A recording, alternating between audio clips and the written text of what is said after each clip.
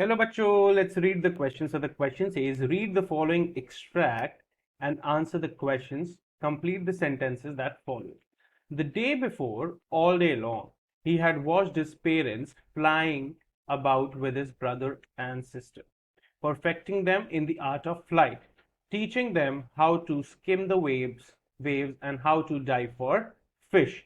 He had, in fact, seen his older brother catch his first herring and devour it. Standing on a rock while his parents circled around raising a proud cattle.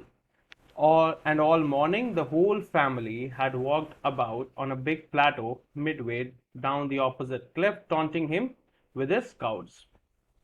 तो बच्चे इसका मतलब क्या हुआ कि दिन पहले और पूरे दिन जो उसके पेरेंट्स थे वो उसके भाई बहन को उड़ना सिखा रहे थे, कैसे लहरों में चलना है, कैसे फिश का शिकार करना है, वो सब सिखा रहे थे।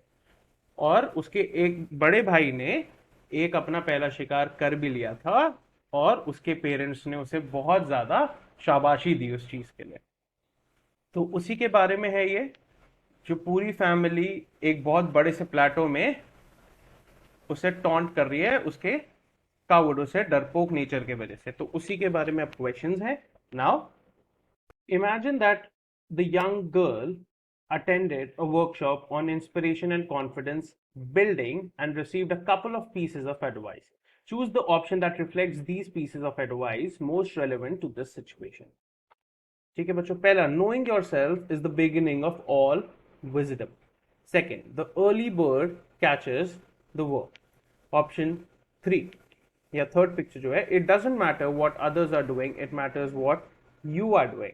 And option 4, everything you've ever wanted is on the other side of fear. तो बच्चों पहली चीज तो हमको ये समझना है कि इस पैसेज का एक कंटेक्स्ट क्या है। इस पैसेज का ये कंटेक्स्ट है कि मुझे अपने से मतलब है, मैं क्या कर रहा हूँ, मुझे दूसरों से ज्यादा मतलब नहीं होना चाहिए कि व्हाट दे आर डूइंग। तो अगर पहले वाला पढ़ू, knowing yourself is the beginning of all wisdom, कहीं हद तक ट्रू है, but this is partially true. पूरा पैसेज इसके रिवॉल्व नहीं कर रहा है इसके around. The early bird catches the worm, नहीं, ऐसा हम नहीं बोलेंगे इस पैसेज को लेके, so we'll reject this. Option 4, image 4 पे आते हैं, everything you ever wanted is on the other side of the fair.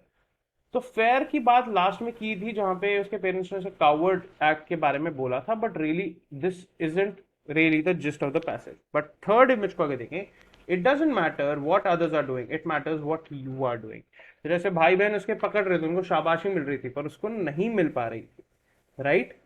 तो वो चीज एक है। एंड उसके साथ साथ एक ऑप्शन 4 हम इसलिए चूज करेंगे क्योंकि लास्ट में उसके पेरेंट्स ने उसके कावर्ड बिहेवियर को बताया था। So the correct option would be, और the correct images rather would be third and fourth. की फेयर के बारे में लास्ट में बात की थी, everything you ever wanted is on the other side, तो मतलब डर आपको खत्म करना पड़ेगा। थर्ड और फोर्थ किस में मिल रहे हैं? It is in option C, third and fourth. Correct option is option C. I hope you understood it well. Best of luck.